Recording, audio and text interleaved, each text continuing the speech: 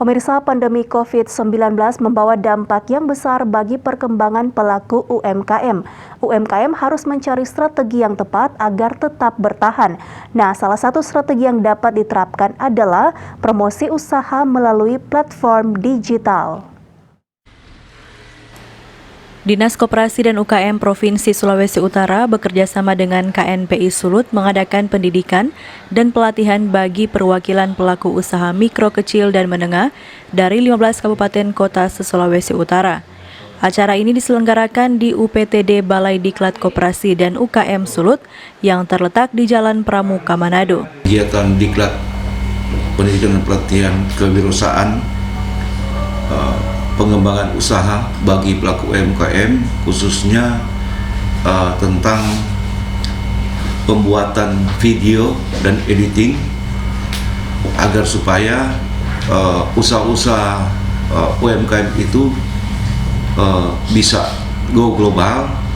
Pada kesempatan ini, Rio Dondo Kambe selaku Ketua DPD KNPI Sulut mengatakan, selama pandemi, sektor usaha kecil dan menengah telah banyak menopang perekonomian masyarakat. Justru UMKM itu naik. Nah, pertanyaannya kenapa? Itu tapi kan simpel saja. Jadi banyak orang yang dirumahkan.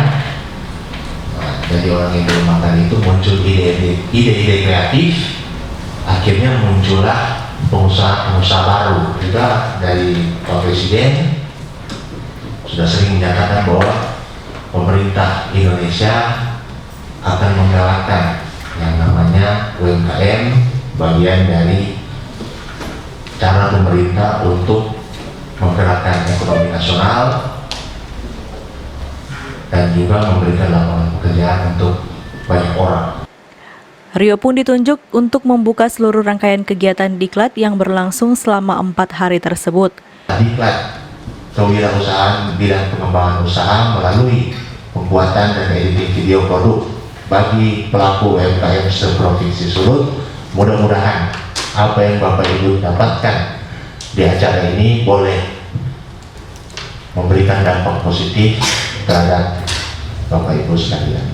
Ini resmi dibuka. Dalam Diklat ini, peserta dibekali cara membuat video untuk membantu pemasaran produk mereka. Diketahui di tengah pandemi COVID-19, cara pemasaran konvensional seperti pemasaran door-to-door sulit untuk diterapkan. Untuk itu, pelaku UMKM diminta untuk meningkatkan cara berjualan dengan memanfaatkan kemajuan teknologi. Regina Mangkei melaporkan untuk Kawan Nua TV.